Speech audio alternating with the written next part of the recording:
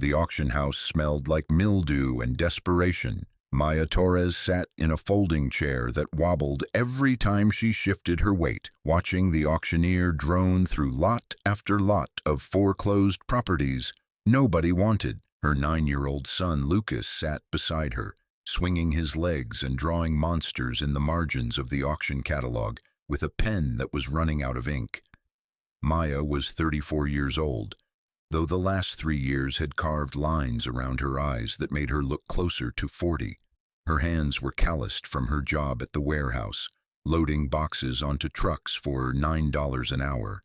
If you're enjoying this deep dive into the story, hit the subscribe button and let us know in the comments from where in the world you are watching from today. Her nails were short and practical because there was no money for manicures, no time for anything except survival. She worked the morning shift at the warehouse, afternoon shift cleaning offices downtown, and 3 nights a week she stocked shelves at the 24-hour grocery store. Lucas stayed with Mrs. Chen next door, a widow who charged $20 a day for childcare because she knew Maya couldn't afford the real daycares that cost 5 times as much. They lived in a 1-bedroom apartment that leaked when it rained. Maya slept on the couch so Lucas could have the bedroom. The rent was $850 a month, due in 5 days, and Maya was short by $200. Again, the property that caught her attention wasn't even supposed to be at this auction. It had been added last minute, a handwritten note taped to the board near the entrance. Lot 47, abandoned weather station, Summit Ridge County, minimum bid $600. Sold as is, buyer responsible for all back taxes and liens, $600. Maya had exactly $637 in her checking account. It was supposed to cover rent, groceries, Lucas's school supplies, and the car payment she was already 2 months behind on. But something about that listing called to her. Maybe it was the desperation talking. Maybe it was the memory of her father, who'd been a meteorologist before the cancer took him when Maya was 16. He used to take her to the old weather stations scattered across the mountains, showing her how to read the instruments, teaching her about atmospheric pressure and wind patterns and the beautiful mathematics of predicting storms. Or maybe it was just that she was so tired of having nothing, of watching Lucas wear shoes with holes in them, of calculating whether they could afford both dinner and breakfast on the same day. The auctioneer reached Lot 47 around 3 in the afternoon. Most of the crowd had left by then. The serious buyers with their real money and their contractors had gotten what they came for and disappeared. Lot 47, the auctioneer said without enthusiasm, abandoned weather station, Summit Ridge County, approximately 4 acres, structure in severe disrepair. County records show it's been vacant since 1987. Buyer assumes all responsibility for property condition, environmental hazards, and outstanding obligations. Minimum bid $600. Do I hear 600? Maya's hand went up before her brain caught up with the decision. 600 to the lady in the back. Do I hear 650? Silence. Nobody else even looked interested. Why would they? An abandoned weather station that had been empty for 37 years wasn't a property, it was a liability. Going once, the auctioneer said, clearly ready to move on. Going twice, sold for $600 to bidder 213. Maya filled out the paperwork in a daze, signing forms she barely read, promising to pay property taxes that nobody had bothered to collect in decades, accepting a deed that looked like it had been printed on a printer running out of toner. The auction clerk, a woman in her 50s with reading glasses on a chain, looked at Maya with something that might have been pity. You know what you're getting into, honey? That place has been abandoned since before you were born. County tried to demolish it twice but couldn't get access because the road washed out. You're buying a pile of rusted metal on a mountain nobody can reach. Maya's hands shook as she counted out $600 in cash, money that was supposed to keep them from being evicted. I know. Well, it's yours now. Good luck with it. Lucas tugged on Maya's sleeve as they walked to the car. "Mommy, what did you buy?" Maya looked down at the deed in her hands, at the address that was really just coordinates and a description. Weather Station 7, Summit Ridge, elevation 8,200 feet, 4.3 acres, structure approximately 3,000 square feet. "I don't know, baby. Maybe I just bought us the biggest mistake of our lives." That night, after Lucas was asleep on the mattress they shared, Maya sat at the kitchen table with her laptop and researched Weather Station 7. The information was sparse, scattered across old government websites and historical records that hadn't been digitized properly, built in 1949 as part of a Cold War early warning system, operated by the National Weather Service until 1987 when budget cuts closed hundreds of remote stations. The property had been sold to a private owner in 1989, someone named Dr. Eleanor Vance, but after that the trail went cold. No records of Dr. Vance maintaining the property, no records of anyone visiting it, just decades of silence, the station sitting on its mountain, slowly falling apart. Maya found one photograph from 1985, a black and white image showing a concrete bunker-like building with a tall tower, bristling with instruments, all of it perched on a rocky summit, with clouds rolling past like the station was floating in the sky. Her father would have loved it. She closed the laptop and put her head down on the table, exhausted beyond words. $600. She'd just spent their rent money on an abandoned building she couldn't even reach. The eviction notice arrived 3 days later, taped to the apartment door. 30 days to vacate the premises or the sheriff would remove them forcibly. Maya stood in the hallway holding the notice, watching the words blur as tears filled her eyes. She'd gambled and lost. She'd let hope override common sense, and now Lucas would pay the price. Mrs. Chen found her there 20 minutes later, still frozen in place. She took the notice from Maya's hands, read it, and made a small sound of sympathy. "Come inside. I'll make tea." In Mrs. Chen's apartment, surrounded by the smell of jasmine and old furniture polish, Maya finally let herself break down. "I don't know what I was thinking. $600 for a building I can't even get to. We're going to be homeless because I was stupid enough to think I could fix our lives by buying garbage at an auction." Mrs. Chen poured tea with steady hands, the kind that came from living through worse things than eviction notices. "You know what your father used to tell me? When he'd come pick you up after school and we'd talk while you played?" Maya shook her head, wiping her eyes. "He said Maya sees possibilities where other people see problems. She's going to do something extraordinary someday. Just have to make sure she doesn't give up before she gets there." Mrs. Chen pushed the tea across the table. "Don't give up yet. Go see this property. Maybe your father's instincts were better than you think. Maybe you saw something nobody else did."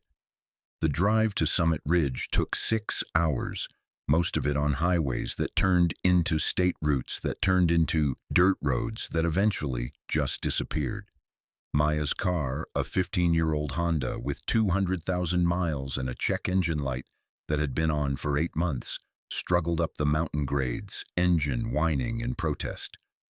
Lucas sat in the back seat with his sketchbook, drawing the mountains and pine trees and the occasional deer that bounded across the road.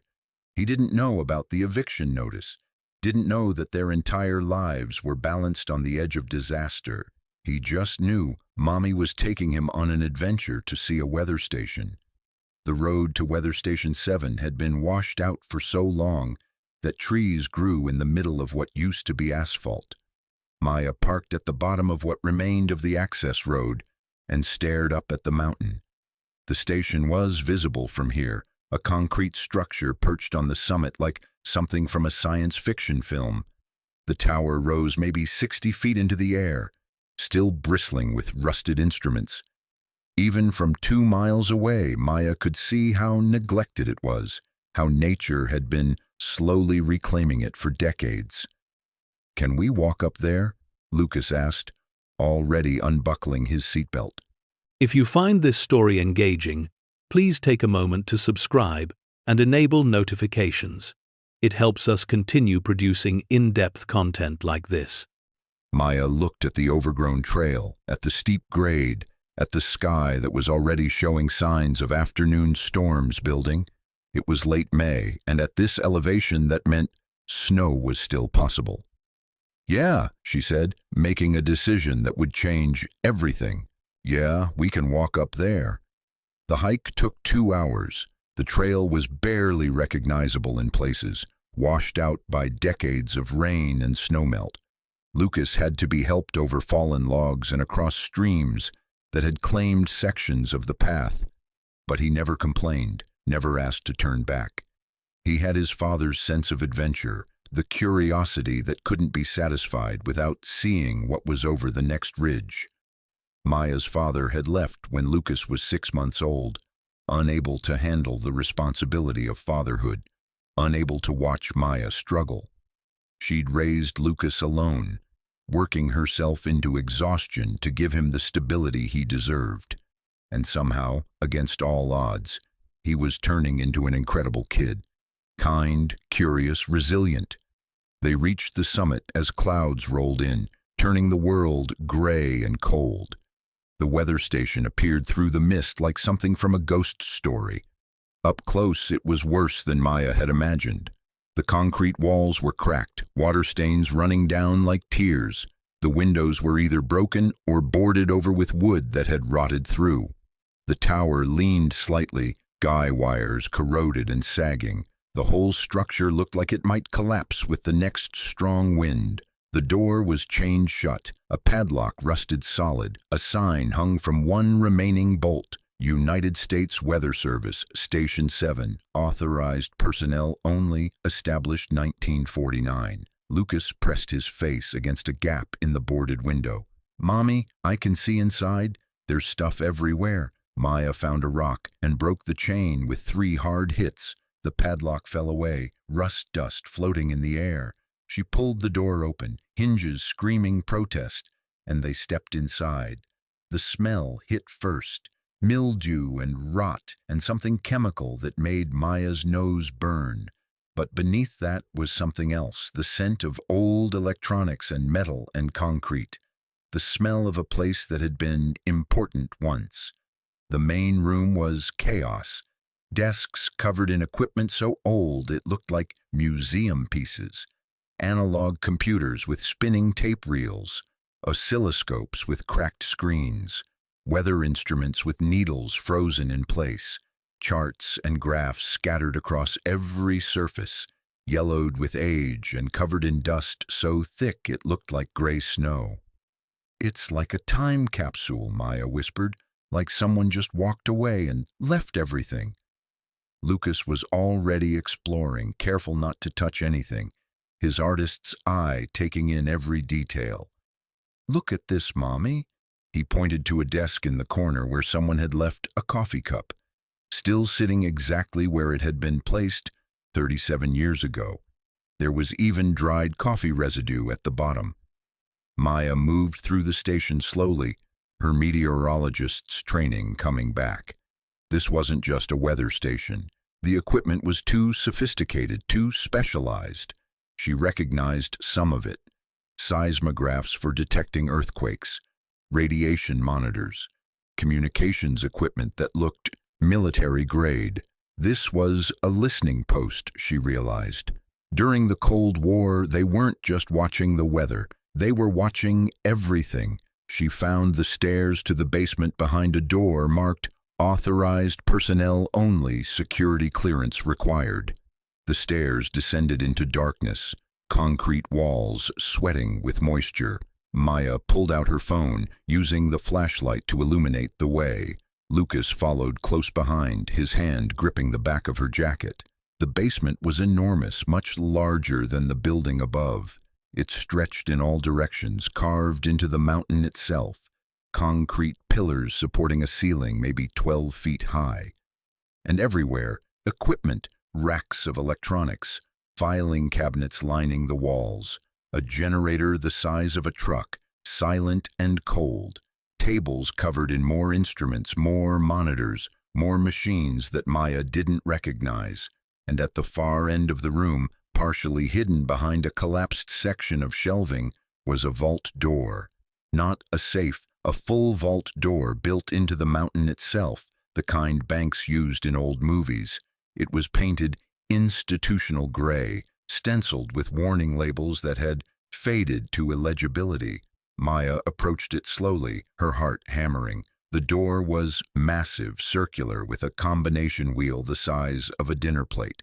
Someone had carved something into the concrete beside it, rough letters that looked like they'd been made with a screwdriver or knife. For whoever finds this, you'll know what to do. "What is that?" Lucas asked, his voice small in the vast space. "I don't know, baby, but I think we just found something nobody was supposed to find." Maya tried the wheel. It didn't budge. The vault was locked, sealed, its secrets protected behind steel that looked 6 inches thick. She searched the basement for 2 hours while Lucas explored the upper level. Maya was looking for anything that might explain this place, anything that might tell her what was hidden behind that vault door. She found Dr. Eleanor Vance's personnel file in a cabinet marked Station Director. The photograph showed a woman in her 50s with gray hair pulled back severely, wearing a white lab coat and an expression that suggested she didn't suffer fools. The file was comprehensive. PhD in atmospheric physics from MIT, 30 years with the National Weather Service. Transferred to Station 7 in 1975 as director, but the file ended in 1987 with a single notation. Station decommissioned, personnel transferred. Dr. Vance declined reassignment. Accepted retirement package. Declined reassignment. Maya turned the phrase over in her mind. Why would someone spend 12 years at a remote mountain station and then just walk away?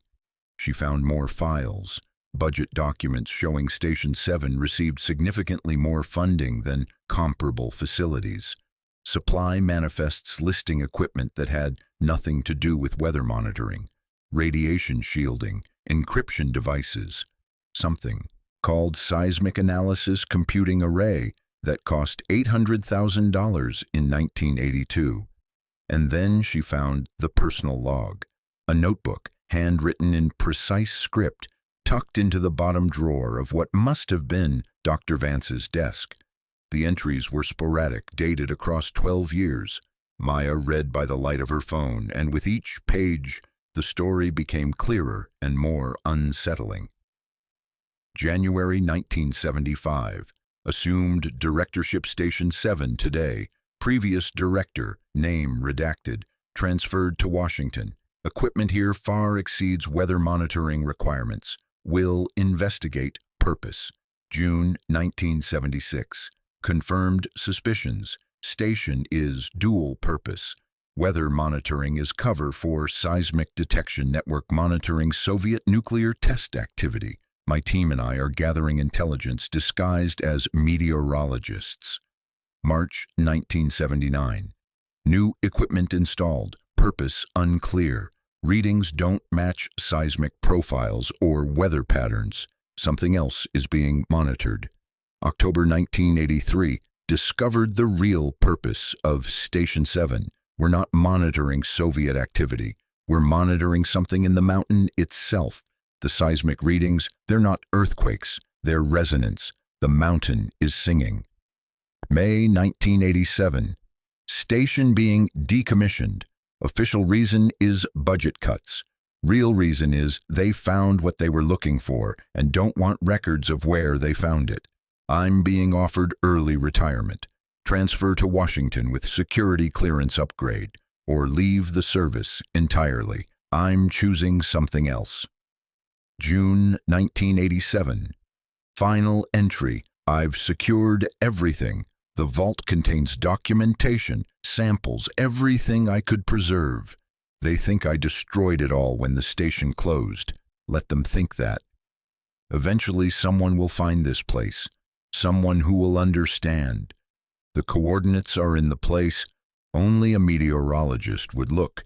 Barometric pressure, wind speed, temperature. Trust the numbers. EV. Maya read the last entry 3 times. Trust the numbers. Barometric pressure, wind speed, temperature. She looked around the basement at the dozens of instruments still covered in dust. Which numbers? From when? Lucas appeared at the top of the stairs. Mommy, I found something cool. There's a room upstairs with maps everywhere, and one of them has writing on it. Maya followed him up to what must have been a conference room. The walls were covered in topographical maps, geological surveys, weather patterns, and on the largest map, someone had written in the margins in that same precise script, 2992-032, barometric pressure at sea level, 2992 inches of mercury, wind speed, 0 miles per hour, completely calm, temperature, 32 degrees Fahrenheit, the freezing point of water. Maya stood in front of the vault door, her hands shaking. She turned the wheel, listening for clicks. Right to 29, click, left to 92, click, right to 0, click, left to 32. A deep, final click that echoed through the basement like a gunshot. She pulled the handle and the vault door swung open with surprising ease, its hinges oiled and maintained despite 37 years of abandonment. Inside was darkness. Maya found a light switch just inside the door, and fluorescent lights flickered to life, revealing what Dr. Eleanor Vance had hidden for nearly 4 decades. The vault was smaller than the basement, but still substantial, maybe 20 feet deep and 15 wide. Metal shelves lined both sides, and what filled those shelves made Maya's breath catch in her throat. Documents, thousands of pages in acid-free storage boxes, meticulously organized and labeled. Geological surveys 1975-1987, seismic data analysis, core samples documentation, financial records. But it was the back wall that made Maya's knees weak. Glass cases like museum displays, each one containing something impossible.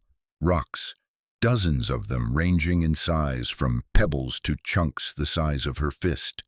But these weren't ordinary rocks.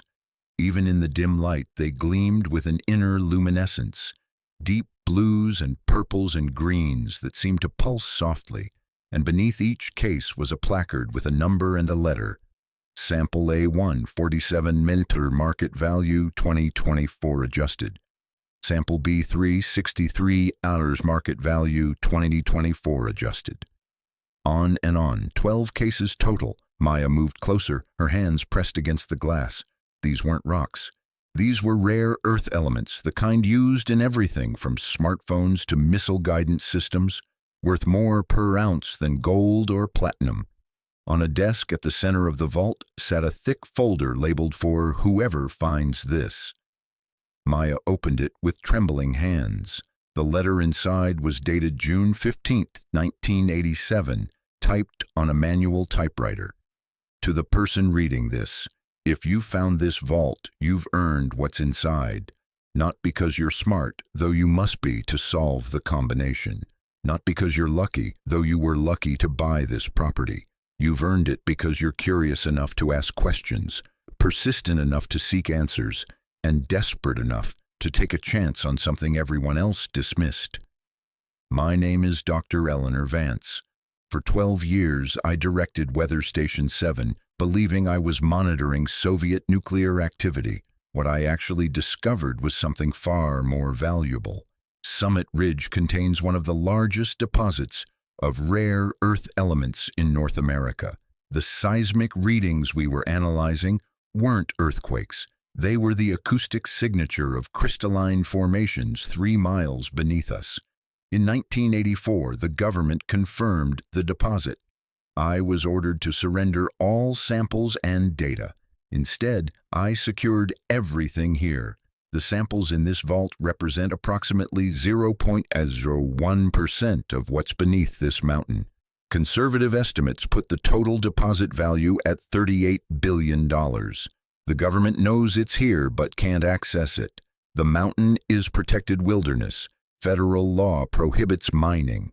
They tried to get the US designation changed, but environmental groups blocked it. So the deposit sits, documented but untouchable, forever, except it's not government land anymore. When Station 7 was decommissioned, the property was declared surplus and sold. I purchased it under a shell company in 1989, ensuring it would never return to federal ownership. I've maintained the property taxes through a trust that expires in 2024. After that, the property defaults to the county and will be auctioned for back taxes. If you're reading this in 2024 or later, you now own the access point to $38 billion in rare earth elements.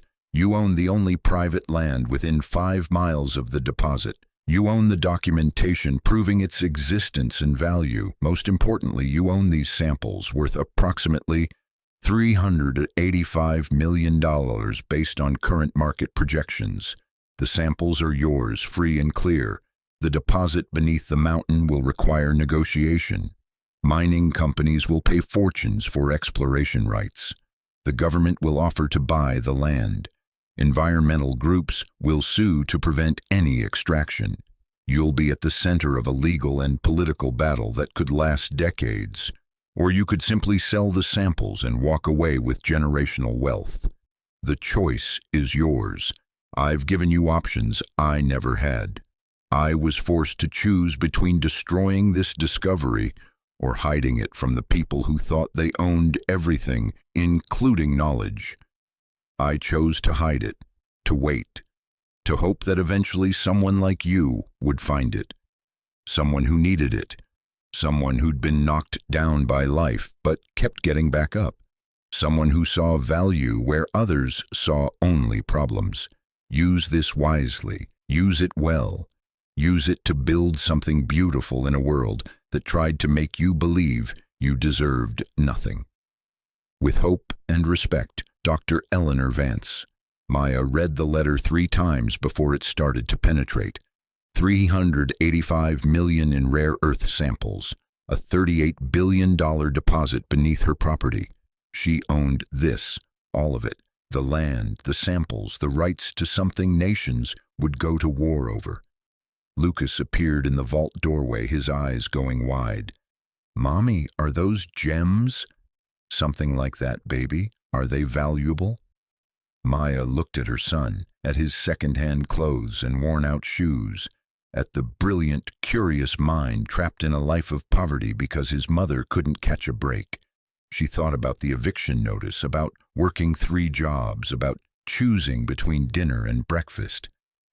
"Yeah," she said, her voice breaking, "I think maybe we're going to be okay now." The first person Maya called was a mineralogist at the State University, Dr. James Wu, whose name she found on one of Dr. Vance's documents as someone who'd helped with preliminary analysis in 1985. Dr. Wu was in his 70s now, retired but still teaching part-time. When Maya explained what she'd found, his response was immediate. "Don't move anything, don't tell anyone, else. I'll be there in 6 hours." He arrived with 2 graduate students and equipment that looked more sophisticated than anything in the station. They spent 4 hours examining the samples, running tests, comparing them to Dr. Vance's documentation. Finally, Dr. Wu removed his glasses and cleaned them slowly, the gesture of a man buying time to find words for something impossible.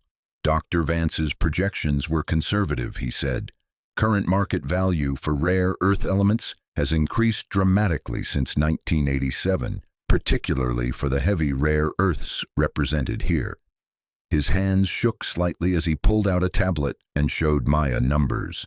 Based on purity and current commodity prices, these samples are worth approximately $423 million. Maya sat down hard on a metal folding chair. The number was so large it didn't feel real. It felt like monopoly money, like play pretend, like a joke. "And the deposit in the mountain?" she asked. Dr. Wu smiled, the kind of smile that contained 40 years of studying rocks. and never making a discovery like this. If the seismic data is accurate, and I have no reason to doubt Dr. Vance's methodology, you're sitting on one of the 3 largest undiscovered rare earth deposits in the world. Conservative estimates would be $45 to $50 billion at current prices. He paused, but accessing it would require navigating a nightmare of environmental law, federal regulations, and competing interests from multiple nations that depend on rare earth imports. So what do I do? You have 3 options. 1. Sell the samples immediately for liquid capital. 2. Leverage the property as collateral for development deals with mining corporations. 3. Hold everything and negotiate from a position of strength once word gets out. What would you do? Dr. Wu looked at her seriously. I'd hire the best lawyers money can buy, secure the samples in a bank vault, and prepare for every powerful entity in the Western Hemisphere to try taking this from you. Because they will try. They'll offer you money, threaten you with lawsuits, question your ownership, investigate your background, pressure the county to reverse the sale, anything they can think of. His voice softened. And I'd protect your son. Because once people know what you have, your life will never be normal again. Maya looked at Lucas, who was drawing in his sketchbook in the corner, oblivious to the fact that his mother had just become one of the wealthiest people in the state. How long do I have before word gets out? Dr. Wu glanced at his graduate students, both of whom were staring at their phones with expressions of barely contained excitement. Maybe 12 hours. 24 if we're lucky. By tomorrow, people who monitor rare earth markets will know someone found the Summit Ridge deposit. They'll connect it to the property sale. They'll figure out who you are. Then I need to move fast. The next 18 hours were a blur. Dr. Wu arranged for secure transport of the samples to a precious metals vault in Denver. Cost $20,000 paid by taking a cash advance on Maya's nearly maxed credit card. He connected her with Patricia Morrison, an attorney who specialized in mineral rights and natural resource law. Patricia was 63, sharp as a knife, and had a reputation for winning cases against federal agencies. Their first meeting happened at a truck stop at midnight because Patricia drove 4 hours from Denver the moment she heard what Maya had. You bought this property at public auction? Patricia asked, reviewing the deed. Yes. For $600? Yes. And the county clerk had no idea what was under it? Nobody did except Dr. Vance. Patricia smiled like a shark. Then it's yours. Clean title, legitimate sale, and since the property was sold for back taxes, without federal involvement, they have no claim on it. She pulled out a contract. I'm going to need a retainer of $50,000. I know you don't have that now, but I'll take it from the first sale proceeds. What first sale? The samples. We're selling them immediately through a private broker I trust. You'll have 50 million liquid within 30 days. The rest goes into escrow while we negotiate buyer terms for the complete set. Patricia's expression grew serious. And we need to establish a corporate entity, file mineral rights claims for the subsurface deposit, and get injunctions in place before the federal government realizes what happened. The federal government, they're going to argue the deposit should be nationalized for security reasons. Rare earth elements are critical for defense technology. They'll invoke national security, eminent domain, whatever they think will work. But if we move fast and establish clear ownership before they mobilize, they'll have to negotiate with you instead of simply taking it. Maya's head was spinning. 2 days ago she was worried about being evicted. Now she was preparing to fight the federal government over billions of dollars in minerals. Can I win? Patricia's smile widened. Oh, honey, you already won. Now we just make sure they pay you properly for what's yours. The story broke 48 hours later, not in mainstream news, but in specialized trade publications and industry newsletters. Major rare earth deposit confirmed in Colorado. Private ownership complicates access. Within hours, it was everywhere. Maya's phone, which she'd never given to anyone except Mrs. Chen and Lucas's school, started ringing constantly. How they got the number she didn't know, but they called anyway. Reporters, mining company executives, lawyers offering their services, people claiming to be relatives she'd never heard of.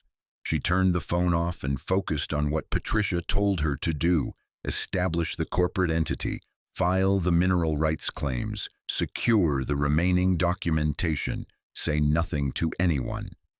The first offer came on day 4. Coastal Mining Corporation, one of the largest rare earth processors in North America. They wanted to buy the property outright for $50 million. That's an insult, Patricia said when Maya showed her the letter. The samples alone are worth 8 times that. Tell them no.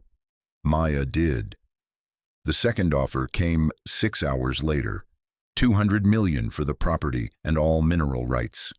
Still no, Patricia said. We're not selling the rights. We're licensing exploration and extraction. Big difference. The third offer was different, not from a mining company, but from the federal government. The Bureau of Land Management wanted to purchase the property for fair market value to be determined by government assessors. The alternative, helpfully suggested, was eminent domain proceedings that would result in Maya receiving whatever a federal judge decided was appropriate compensation. They're threatening you, Patricia said flatly. Classic overreach. We're going to make them regret it. She filed a lawsuit preemptively, asserting Maya's property rights and seeking an injunction preventing any eminent domain action. The case landed in front of Judge Harold Morrison, a federal judge in Denver known for strictly interpreting property law. The government's position was straightforward. National security requires domestic rare earth production. The Summit Ridge deposit is critical infrastructure. Private ownership creates security risks. Compensation would be generous but non-negotiable. Patricia's response was surgical. Ms. Torres purchased this property in good faith at public auction. She has clear title. The government had multiple opportunities to prevent the sale, to purchase the property themselves, or to establish the security interest they now claim exists. They did none of those things. They don't get a second chance simply because they missed the first one.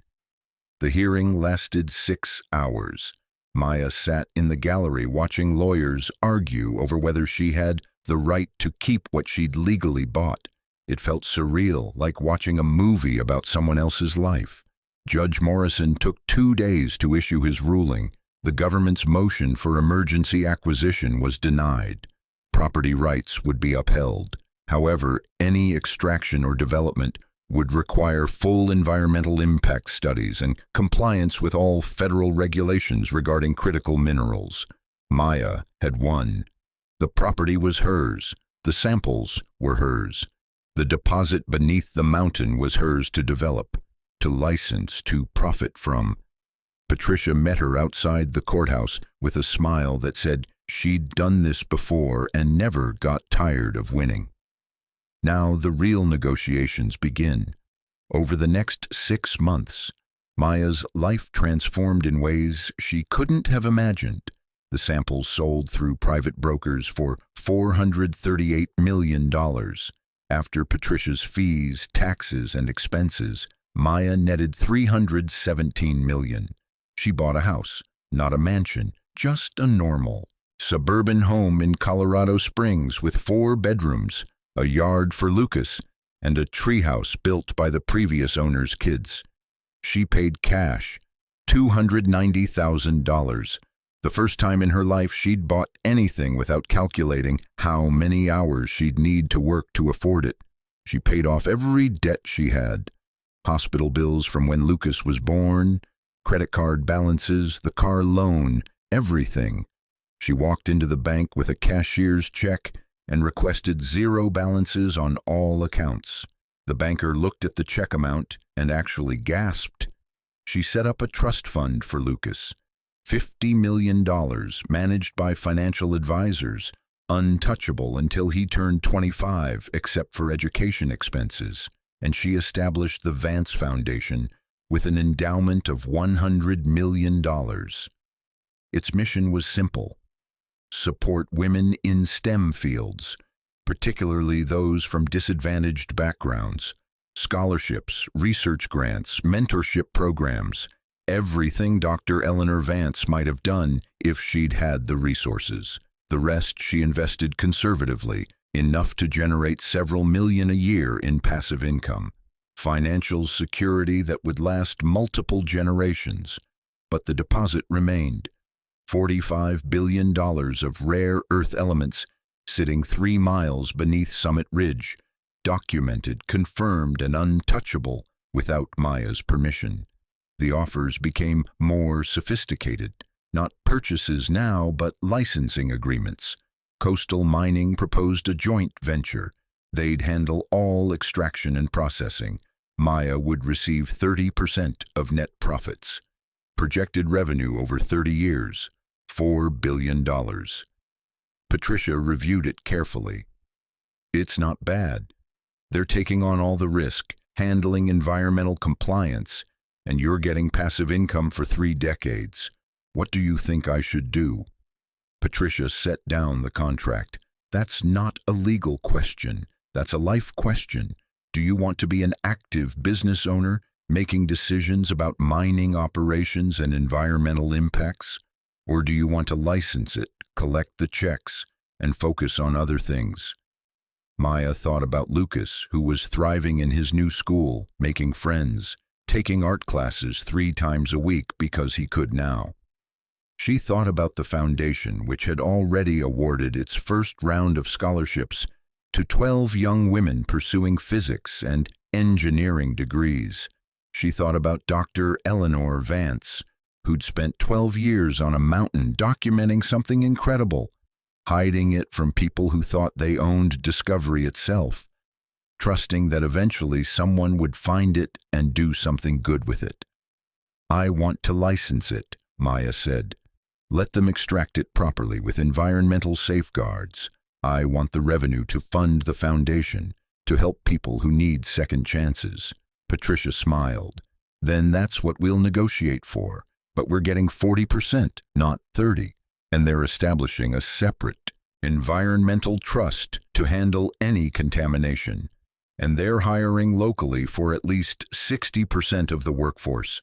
This mountain is going to provide jobs and security for this whole region.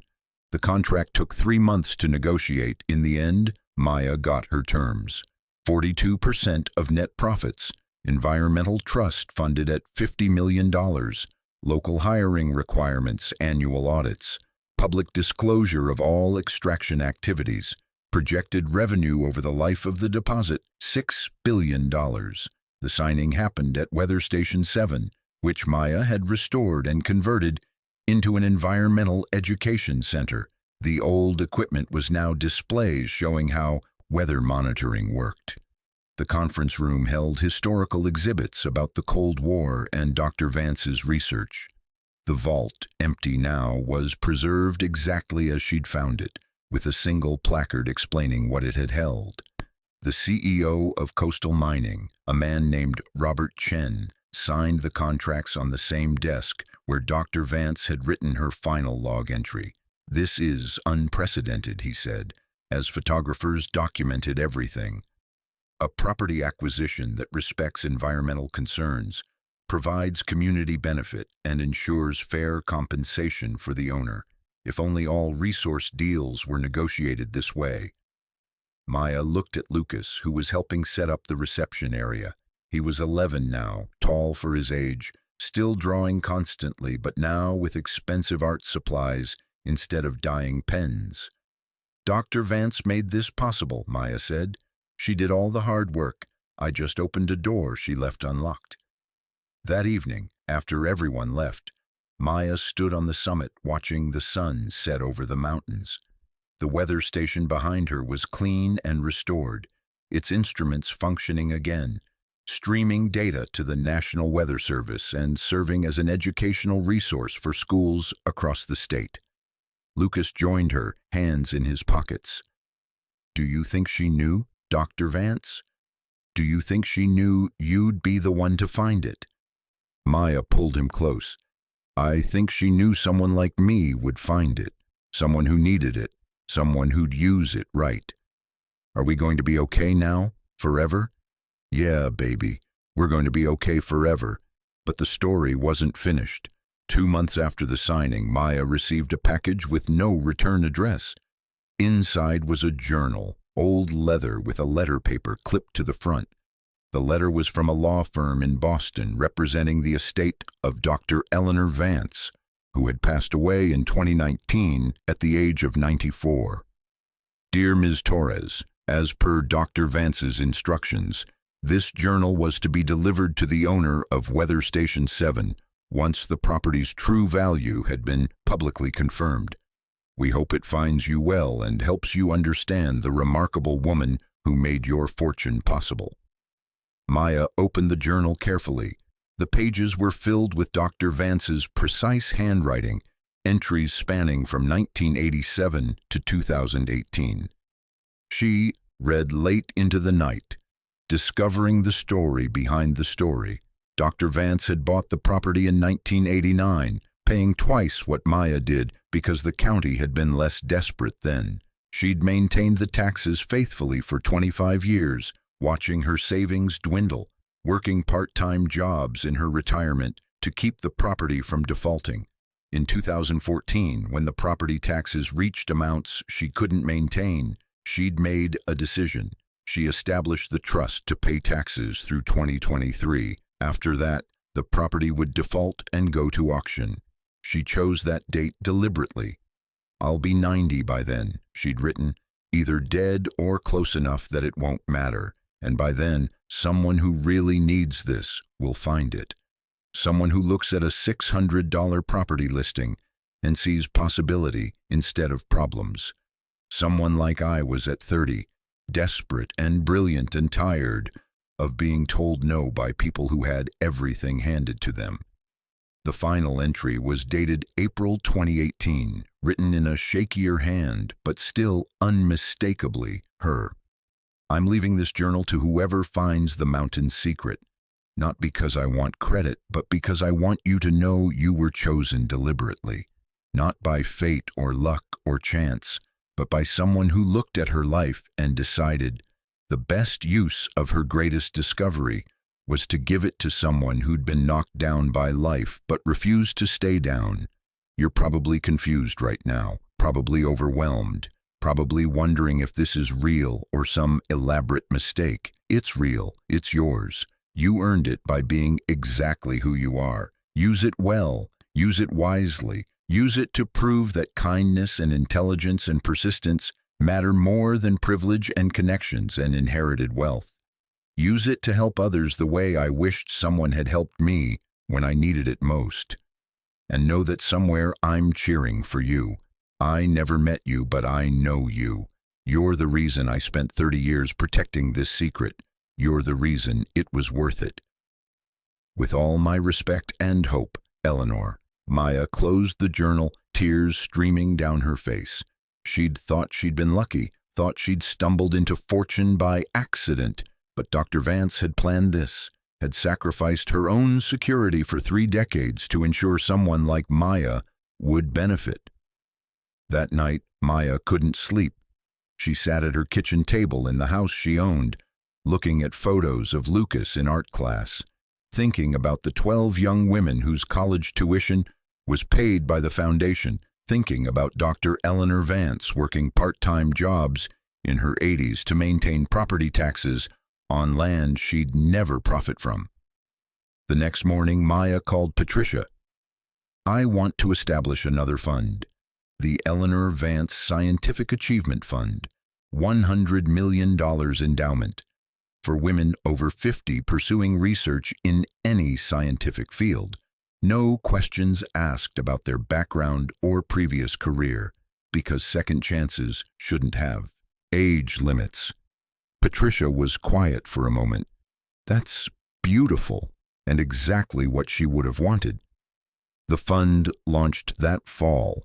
The first recipient was a 58-year-old woman named Maria Gonzalez, who'd worked as a hotel housekeeper for 30 years while teaching herself astrophysics through online courses.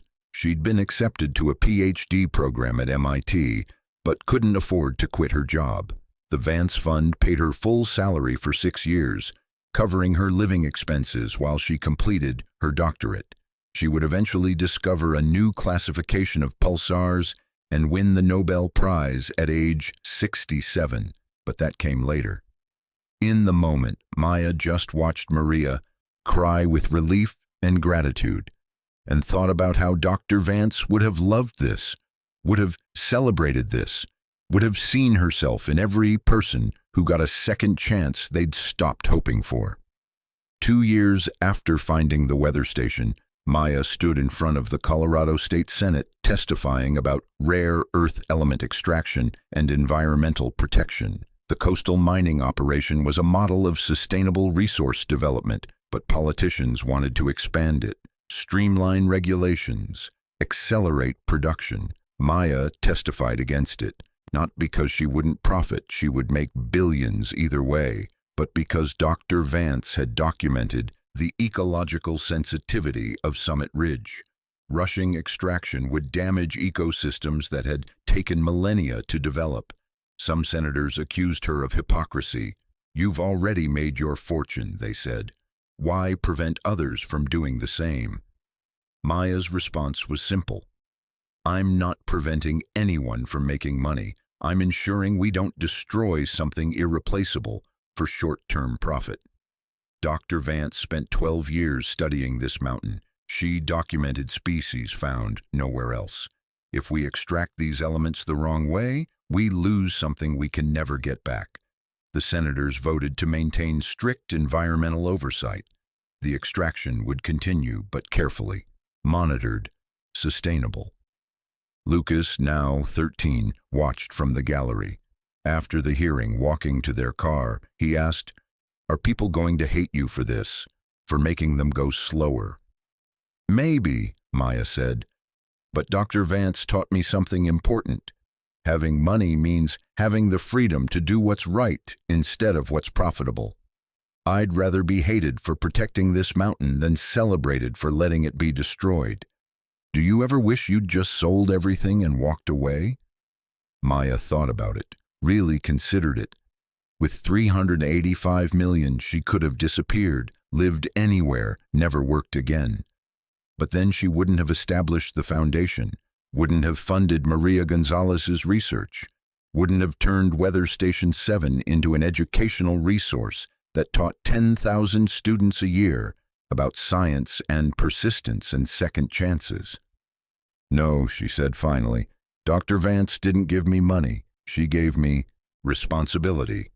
And I'm going to honor that for the rest of my life." The lawsuit came in year 3. A distant relative of Dr. Vance's, a grandnephew Maya had never heard of, filed a challenge to the property sale. He claimed Dr. Vance had been mentally incompetent when she established the trust, that the property should have passed to family instead of being sold at auction. "The case was weak," Patricia said. "We have 30 years of documentation, proving Dr. Vance was completely competent. Tax records, correspondence, financial management, all of it showing clear, deliberate planning. But it's still going to be expensive to fight? Probably $2 million in legal fees before it's dismissed." Maya authorized the spending without hesitation. She'd been poor. She knew what it felt like to have nothing. She wasn't going back there, and she wasn't going to let someone take what Dr. Vance had deliberately given her. The case went to trial. The grandnephew's lawyers painted a picture of an eccentric old woman, isolated and vulnerable, making irrational decisions about valuable property. They brought in psychologists who'd never met Dr. Vance to speculate about her mental state. Patricia destroyed them methodically. She presented Dr. Vance's journals, showing detailed planning over decades. She brought in Dr. Wu, who testified about Dr. Vance's brilliant analytical mind. She showed the trust documents executed with multiple attorneys present, all affirming her competence. And then she played her final card, a video deposition recorded by Dr. Vance in 2017, just 2 years before her death. In it, Eleanor Vance, 92 years old but sharp as ever, explained her reasoning. "I know my family will challenge this," she said directly to the camera. "They always believed they were entitled to everything I built. But they weren't there when I needed them. They didn't support my career. They didn't approve of my choices. They erased me from family history because I refused to be what they wanted. So I'm making my own choice. I'm giving this discovery to someone who'll appreciate it, someone who'll use it right, someone who understands that value isn't inherited. It's earned through persistence and courage, and refusing to give up when life knocks you down. If you're watching this, family, understand that my choice was deliberate. I was completely competent.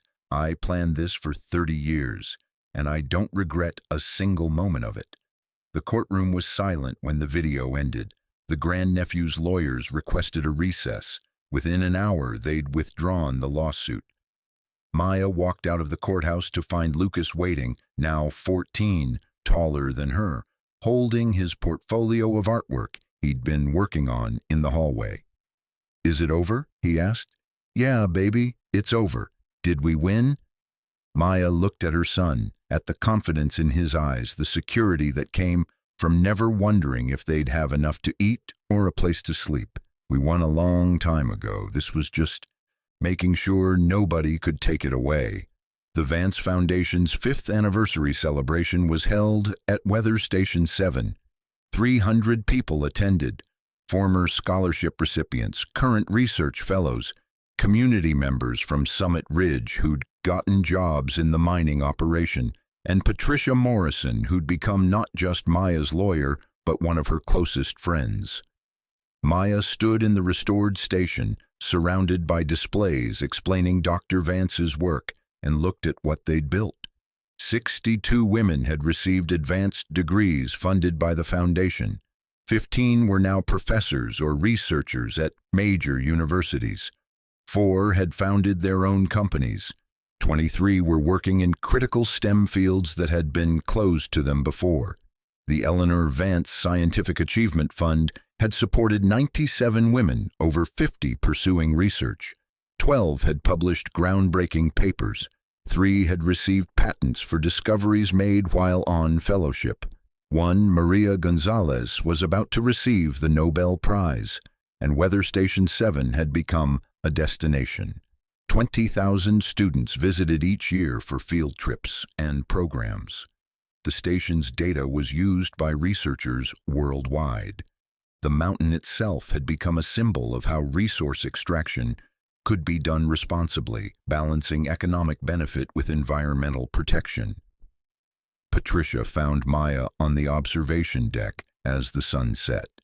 "You know what's remarkable about all this? It started with $600.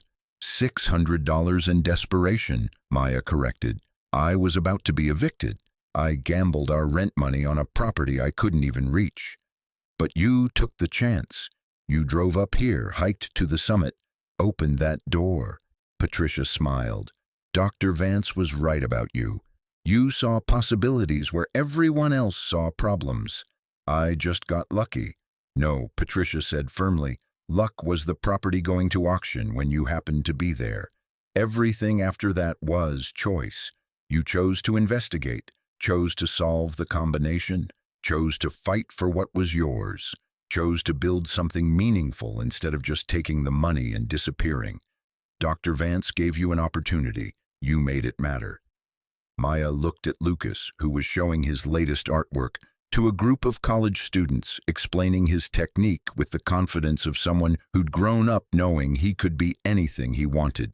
Her son would never know poverty, would never know the terror of eviction notices or choosing between food and rent, would grow up believing the world was full of possibilities because his mother had proven it was. And it had all started with $600, and a property listing nobody else wanted. That night, after everyone left, Maya walked to the vault room. It was empty now, the samples long sold, but she'd preserved it exactly as she'd found it. The glass cases remained. The desk where Dr. Vance's letter had waited. The placard explaining what this room had held. She pulled out her phone and took a photo. Not for social media or publicity, just for herself. A reminder that life could change in the time it took to open a door, that desperate choices sometimes became the best choices, that women who refused to give up could change the world. Her phone buzzed.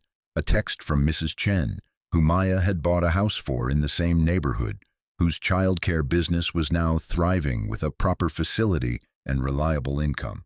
Watching the news, they're saying the rare earth extraction is ahead of schedule. You're going to be even richer. Maya smiled and texted back, already rich enough. How's business? Good. 3 new families this week, all single moms. Gave them the discount you insisted on. Perfect. She pocketed her phone and took one last look at the vault.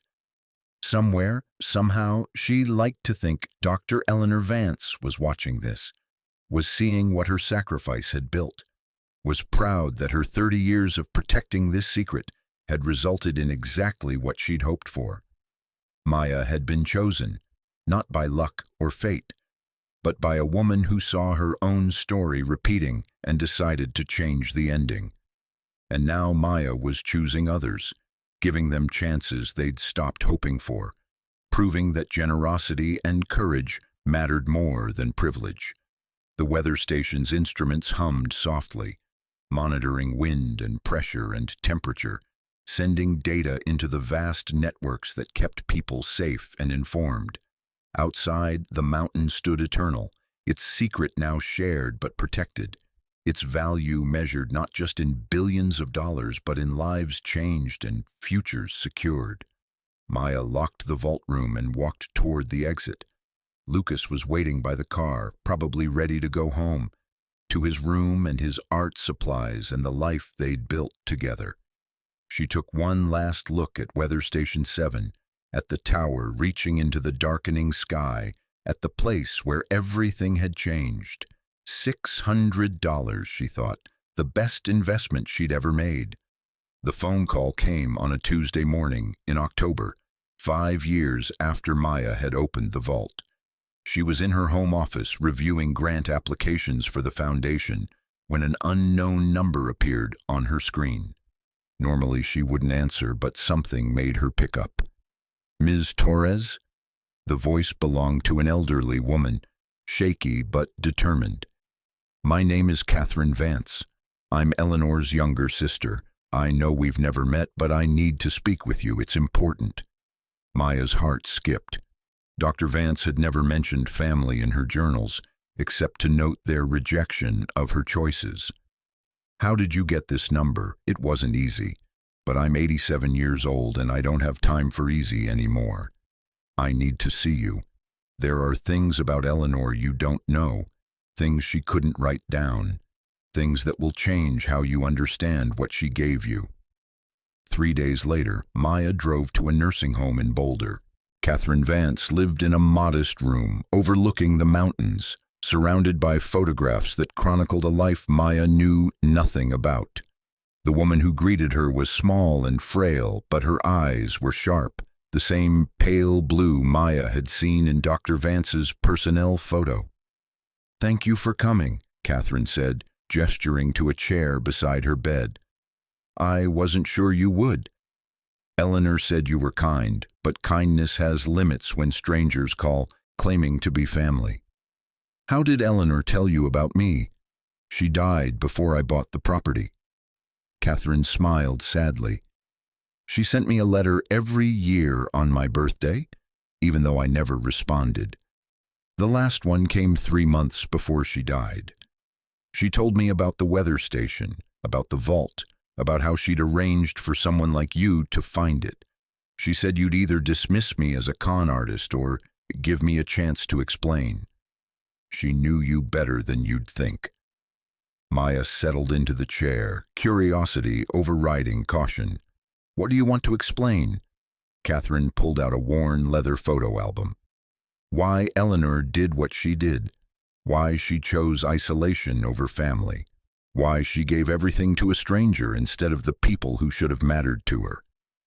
She opened the album to a black and white photograph of two young girls, maybe 8 and 6 years old, standing in front of a farmhouse.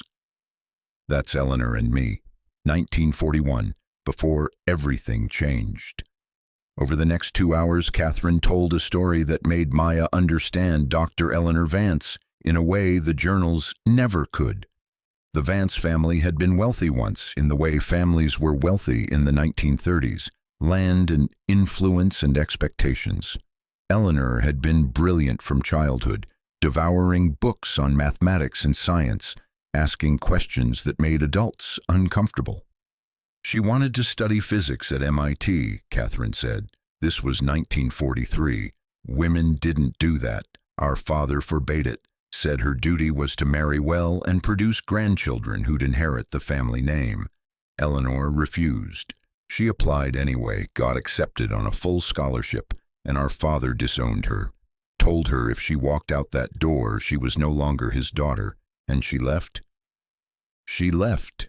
Catherine's eyes filled with tears. I was 14. I worshipped her, and I watched our father erase her from our lives. He burned her photographs, struck her name from the family Bible, forbade anyone from mentioning her, as if she'd never existed. She paused, wiping her eyes. I was a coward. I should have defended her. Instead, I stayed silent and let them pretend she was dead. The album showed more photographs. Eleanor at MIT in 1947, the only woman in a lecture hall of men. Eleanor receiving her PhD in 1952. Eleanor at Weather Station 7 in a photograph dated 1978, standing beside instruments with that same determined expression Maya had seen in her personnel file. We didn't speak for 40 years, Catherine continued. I married, had children, lived the life our father approved of. Eleanor built a career that should have made her famous, but because she was a woman in a man's field, her discoveries were attributed to colleagues. Her research was published under other people's names. She spent decades being brilliant and invisible. Why are you telling me this? Catherine closed the album carefully. Because Eleanor left you her fortune, knowing you'd wonder if you deserved it, knowing you'd question why a stranger would choose you over family. She wanted you to understand that you weren't chosen randomly. You were chosen because she saw herself in you, a woman who'd been dismissed, rejected, told she wasn't enough, and she wanted to prove that women like you, like her, could build something extraordinary if someone just gave them a chance. Maya's throat tightened. I've tried to honor that. The foundation, the research grants. I know, Catherine smiled. I've been following everything you've done. The scholarships, the environmental protections, the way you've turned Summit Ridge into a model of responsible development. Eleanor would be so proud. She reached into her nightstand and pulled out an envelope. This is why I called. Eleanor sent this to me with instructions. She said if you ever doubted yourself, if you ever wondered if you were doing the right thing, I should give you this. Maya took the envelope with trembling hands. Inside was a single page, Dr. Vance's handwriting, dated December 2018, 3 months before her death. Dear Maya, if Catherine has given you this letter, it means you're struggling with the weight of what I've given you. That's natural. Wealth on this scale comes with responsibility that can feel crushing. You'll wonder if you're making the right choices. You'll question whether you deserve what you have. You'll feel guilty for having so much when others have so little. Let me tell you what I learned in my 94 years. Deserving has nothing to do with it. You didn't earn this fortune through virtue or hard work, though you have both in abundance. You received it because I chose to give it to you, and that's the nature of grace. It's given freely, not earned. What matters is what you do with it. I spent 30 years protecting that mountain's secret, sacrificing my own security, because I believed someone like you would eventually find it. Someone who'd been knocked down but kept getting up. Someone who understood that wealth without purpose is just numbers in an account. Someone who'd use it to help others instead of just accumulating more. You've already proven I was right. By the time you read this, you'll have established the foundation, funded scholarships, protected the mountain, helped families like yours used to be. That's not luck, that's character. That's who you are at your core. So when doubt comes, remember this. I didn't give you this fortune because you deserved it. I gave it to you because I trusted you to deserve it eventually, to grow into it, to become the person who could handle it with grace and wisdom. And you have. Keep going, keep helping, keep proving that women who've been told they're not enough can change the world when someone finally believes in them. That's the real inheritance I left you. Not money, but proof that you matter. With all my love and faith, Eleanor. Maya read the letter 3 times, tears streaming down her face. Catherine handed her a tissue without speaking, understanding that some moments needed silence. She saw me, Maya finally whispered. She never met me, but she saw exactly who I was. That was Eleanor's gift, Catherine said softly. She saw people others missed. She understood what it meant to be invisible, so she made it her mission to see the invisible and help them become visible. She paused. There's one more thing. I have something else for you. Catherine pulled out a small wooden box from her nightstand. Inside was a key, old brass, with a tag that read, Safety Deposit Box 347, First National Bank, Boston. What's this? Eleanor's final insurance policy. She opened that box in 1990 and told me about it in her last letter. She said, if you ever faced a threat you couldn't handle, if someone tried to take what was yours through legal manipulation or force, this box contained evidence that would stop them. She never told me what's inside, just that you'd know what to do with it when the time came. Maya held the key, feeling its weight. Has the time come? Catherine's expression grew serious. I've heard rumors. People in my social circles, wealthy families who think they're entitled to anything valuable. They're talking about finding ways to challenge your ownership, to argue that the rare earth deposit should be managed by people who understand real wealth. Her voice hardened. They're planning something. I don't know what, but they see you as an obstacle to be removed. Maya pocketed the key, feeling a familiar determination settle over her. Let them try. The challenge came 2 weeks later, not from one entity, but from a consortium of 12 mining corporations and 3 investment firms. They filed a joint lawsuit arguing that Maya's licensing agreement with Coastal Mining was monopolistic, that the rare earth deposit was too valuable to be controlled by a single individual, and that the public interest required the property to be placed under federal receivership pending redistribution of extraction rights. It was sophisticated, well-funded, and designed to drag on for years while freezing all of Maya's income from the mining operation. The goal wasn't to win, Patricia explained after reviewing the filing.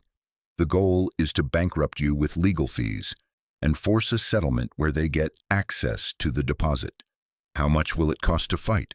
Conservatively, $50 million over 5 years of litigation. Maya thought about the key Catherine had given her. I need to go to Boston. The safety deposit box was in a bank that had been operating since 1820, all marble and brass and the kind of institutional permanence that suggested nothing could shake it.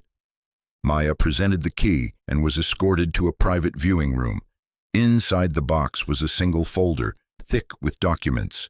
Maya opened it and started reading. Her hands began to shake halfway through the first page. Dr. Vance hadn't just documented the rare earth deposit. She'd documented everything. Every conversation with government officials who knew about the deposit, every meeting where extraction rights were discussed, every memo showing that officials had deliberately let the property go to auction rather than secure it, because they assumed no individual would have the resources to develop it and would eventually be forced to sell to corporate interests at below-market rates. The documents showed a conspiracy carefully planned over decades to let the property pass into private hands and then use legal pressure to force those hands to relinquish it. It wasn't just about money. It was about ensuring that only certain people from the right families with the right connections, could control resources this valuable. And Dr. Vance had receipts, recorded conversations, internal memos, financial transfers proving coordination between government officials and the corporations now suing Maya.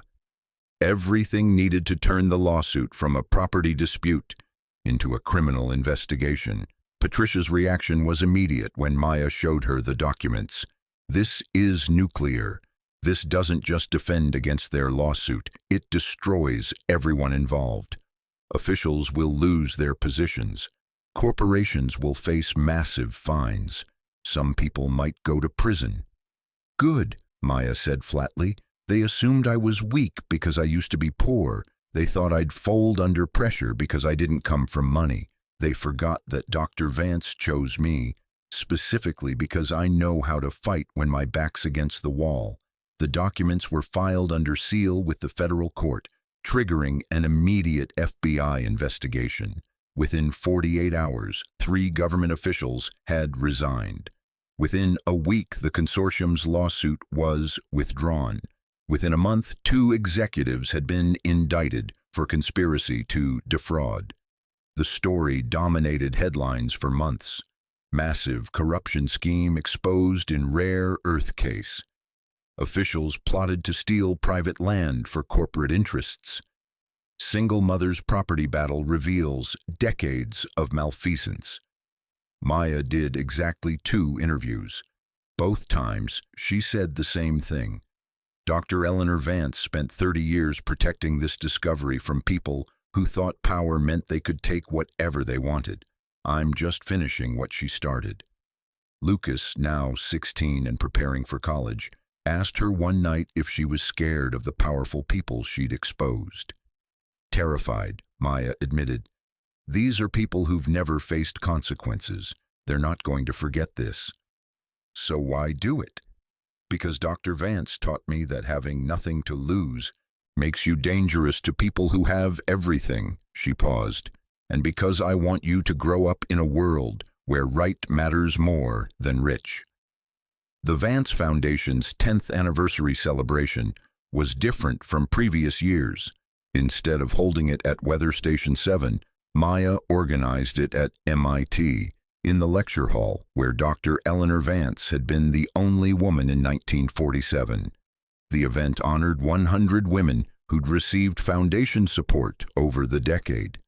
They were professors now, researchers, entrepreneurs, mothers, artists, scientists, women who'd been told they weren't enough, who'd faced discrimination and poverty and doubt, who'd persevered because someone had finally given them a chance.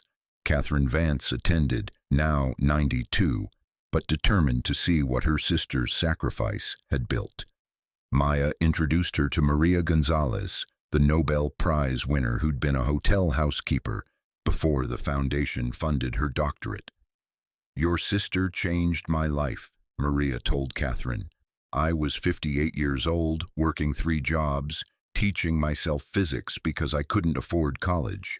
The foundation didn't just give me money, it gave me permission to believe I mattered. Catherine wiped tears from her eyes. Eleanor spent her whole life proving that brilliant women matter. I think she'd be happy to know it's still her mission, even after she's gone. The keynote speech fell to Maya. She stood at the podium where Dr. Vance had once sat as a student, looking out at hundreds of faces representing lives transformed by a fortune that had started with $600 and desperation. 10 years ago, she began, I was about to be evicted. I was working 3 jobs and still falling behind. I had a 9-year-old son who deserved better than I could give him, and I had $600, which was supposed to be rent money but became the down payment on a miracle. She told the story of the weather station, the vault, the samples worth $400 million. She told them about Dr. Vance's letter, about being chosen deliberately by someone who saw her own story repeating and decided to change the ending. But here's what I want you to understand, Maya continued. Dr. Vance didn't give me money. She gave me proof. Proof that women who've been dismissed can build empires. Proof that poverty doesn't mean you're not brilliant. Proof that the most valuable thing you can do with wealth is help other people discover their own value. She gestured to the audience. Every person in this room is proof that second chances work, that investing in women works, that believing in people who've been told they're not enough can change the world. She paused, emotion threatening to overwhelm her. Dr. Vance couldn't be here to see this, but if she could, I think she'd say we've done exactly what she hoped.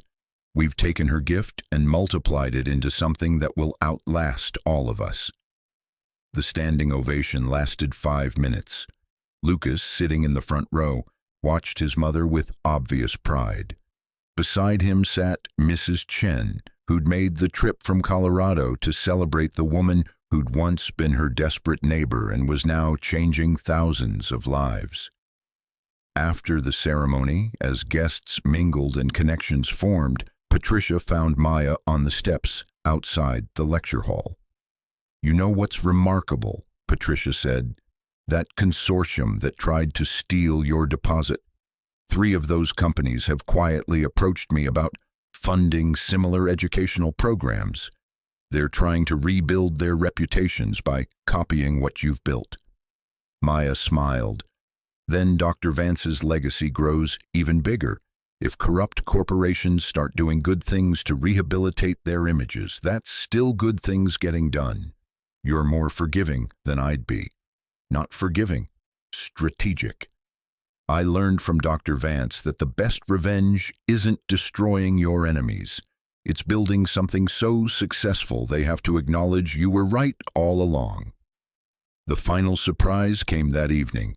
Catherine Vance requested a private meeting in Maya's hotel room. She arrived with a small package wrapped in brown paper. "Eleanor left this with me in 1990, Catherine said. "She made me promise not to open it, just to give it to the person who found her vault when the time was right." She looked at Maya seriously. "I think the time is right." Inside the package was a videotape, labeled simply "For Maya" in Dr. Vance's handwriting. Maya hadn't seen a VHS tape in years, but the hotel concierge found an old player in storage. The video began with Dr. Eleanor Vance sitting in what looked like the weather station's conference room. She appeared to be in her early 60s, her gray hair pulled back, wearing a white lab coat. The date stamp in the corner read April 15, 1990. "Hello, Maya," Dr. Vance began, speaking directly to the camera. "If you're watching this, everything went according to plan. You found the vault, claimed your inheritance, and survived the attempts to take it from you. Congratulations. You're stronger than most people who've had everything handed to them." She leaned forward slightly. "I want to tell you something I couldn't write in any document, couldn't risk anyone else discovering. The reason I did all of this, the real reason, goes beyond helping a stranger or getting revenge on my family or protecting scientific discovery." Dr. Vance paused, composing herself. "In 1959, I met a woman named Ruth Castellano. She was a graduate student in meteorology, brilliant and passionate, one of only 3 women in our department. We became friends, more than friends." She smiled softly. "We fell in love." Maya's breath caught. Ruth Castellano was her grandmother's name. "Ruth and I were together for 3 years, Dr. Vance continued. "We had to hide it. This was 1959. Women like us didn't exist publicly, but in private we built a life. We talked about the future, about careers we'd build together, about making the world better. She was going to change meteorology. I was going to change atmospheric physics. We were going to be extraordinary. Her expression darkened. In 1962, Ruth got pregnant, not by choice. She was assaulted at a conference, and suddenly everything changed. She couldn't admit what happened without destroying her career. She couldn't terminate the pregnancy legally, so she married the man who'd attacked her, because that was what women did in 1962 to survive scandal. Maya's hands shook. Her grandmother had never spoken about her marriage, had died when Maya was 10, taking her secrets with her. "I lost Ruth that day," Dr. Vance said, tears visible on the old video. "She chose survival, and I don't blame her, but I spent the rest of my life wondering what she could have become if the world had been different, if women had had choices, if love had been allowed to be love instead of hidden and ashamed." Dr. Vance wiped her eyes. 50 years later, I heard about you. Ruth's granddaughter working 3 jobs, raising a son alone, facing the same impossible choices Ruth had faced. And I realized I could do for you what nobody did for her. I could give you freedom. Real freedom, the kind that comes from having enough money that nobody can force you into choices that break your soul. She looked directly into the camera. "So yes, Maya, you were chosen deliberately, but not just because you needed help, because you're Ruth's granddaughter, and helping you is the closest I can come to giving Ruth the life she deserved. Use this wealth to build the world we dreamed of in 1959, a world where women have real choices, where poverty doesn't mean accepting abuse, where brilliance is rewarded regardless of gender or circumstance." The video ended with Dr. Vance's final words. "I loved your grandmother my entire life. I'm so glad I could love you too, in the only way I knew how. Be extraordinary, Maya, for both of us." Maya sat in stunned silence as the screen went dark. Catherine's voice was gentle. "Did you know about Eleanor and your grandmother?" "No," Maya whispered. Grandmother never spoke about her past, never mentioned anyone named Eleanor. "She just raised my mother alone after her husband died, worked as a secretary, lived quietly. Eleanor waited her whole life for Ruth to come back," Catherine said softly. "When Ruth died in 2014, Eleanor went into a depression that lasted months. But then she heard about you, about your struggles, and suddenly she had purpose again. Saving you became saving Ruth. Giving you freedom became giving Ruth the life she never got to live." Maya thought about her grandmother, the quiet woman who'd seemed sad in a way Maya had never understood as a child. All those years carrying secrets, all those years surviving instead of living. "I wish I'd known," Maya said. "I wish I could have told grandmother that Eleanor never forgot her." Catherine smiled. "Eleanor wrote to her. Every year on Ruth's birthday, she sent a letter. Ruth never responded, but she never sent them back either. Eleanor died believing Ruth had forgiven her for not fighting harder to keep her." The weight of it settled over Maya, this secret history that connected her to Dr. Vance in ways she'd never imagined. The fortune wasn't just generosity. It was love, expressed across decades and through death, the only way Eleanor Vance knew how to reach the woman she'd lost. Lucas knocked softly on the hotel room door. "Mom? Everything okay?" Maya wiped her eyes and let him in. She introduced him to Catherine, explained who she was, and then made a decision. "Baby, there's something you need to know about your great-great-grandmother and the woman who changed our lives." She told him everything, about Ruth and Eleanor's forbidden love, about assault and survival and choices made in a world that didn't protect women, about how Dr. Vance had spent 6 decades protecting a secret and then given everything to the granddaughter of the woman she'd loved. Lucas listened with the seriousness of someone old enough to understand complexity. When Maya finished, He asked the question she'd been asking herself. So all of this, everything we have, it's because Dr. Vance loved great-great-grandmother Ruth? Yes. That's beautiful, he said simply, and sad, but mostly beautiful. He was right, Maya realized. It was both. A love story that spanned decades, separated by society's cruelty, expressed finally through an inheritance that had changed everything. The Foundation's work took on new meaning after that. Maya established the Ruth Castellano Memorial Program, providing emergency assistance to women fleeing domestic violence. It offered immediate funding, no questions asked, enough money to start over somewhere safe, because Ruth had never had that choice. Over the next 5 years, the program helped 8,000 women escape dangerous situations. 8,000 lives saved because Eleanor Vance had loved someone who couldn't love her back and chose to express that love by helping her descendants flourish. Lucas graduated from college with a degree in art therapy.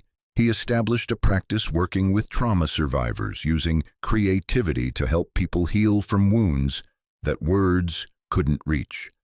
When asked why he'd chosen that specialty, he always said the same thing. My family's story taught me that healing sometimes takes generations. I want to help people start that healing in their own lifetime. Maya was 50 years old when she stood on Summit Ridge for the last time. The extraction operation was complete, the rare earth elements retrieved, using methods so careful that the mountain's ecosystem had actually improved, with streams running cleaner and vegetation returning to areas that had been damaged by century-old logging. The deposit had generated exactly what Patricia predicted, $6 billion over 15 years. After taxes and operational costs, Maya's share was $2.4 billion. She'd used it exactly as Dr. Vance had hoped. The Foundation now operated in 12 states with an endowment of $800 million. It would continue funding women in STEM fields for centuries. The Ruth Castellano program had helped 18,000 women escape violence. Weather Station 7 had educated 100,000 students about science, persistence, and second chances. And Maya had lived, really lived, not just survived. She'd watched Lucas grow into a man who helped others heal. She'd traveled to places she'd only seen in magazines. She'd learned to paint and play piano and speak Spanish. She'd become friends with Catherine Vance, who died peacefully at 97, knowing her sister's legacy was secure. Most importantly, she'd proven that Dr. Eleanor Vance had been right, that women who'd been told they weren't enough could change the world when someone believed in them. That generosity multiplied across generations. That love, even hidden and forbidden, could transform lives decades after the lovers had gone. Patricia found her on the mountain that final day. The weather station would remain, preserved as a historical site and educational resource, but Maya's active involvement was ending. It was time to let others continue the work. "Any regrets?" Patricia asked. Maya looked at the valley below, at the town that had rallied around her, at the Foundation building visible in the distance. Only one. "I wish Dr. Vance and my grandmother had gotten their love story. I wish the world had been different for them." "You gave them something better," Patricia said. "You gave them a legacy that proves love can change the world, even when the world won't let love be love." She smiled. That's its own kind of happy ending. Maya's phone buzzed. A text from Lucas, now 26 and about to become a father himself. "Mom, Sarah's in labor. Baby's coming. Get to the hospital." Maya laughed, sudden joy flooding through her. Her first grandchild, arriving exactly 100 years after Dr. Eleanor Vance's birth in 1925. "I have to go," she told Patricia. "I'm about to meet the future. What are you going to tell the baby when they're old enough to understand?" Maya thought about it, about the story that connected 4 generations of women, about love and sacrifice and the chains that connect us across time. I'm going to tell them about two women who loved each other in a world that wouldn't let them, about one woman's choice to survive and another woman's choice to remember, about how $600 and desperation became billions of dollars and hope. She smiled. And I'm going to tell them they're part of a legacy that proves some things matter more than money.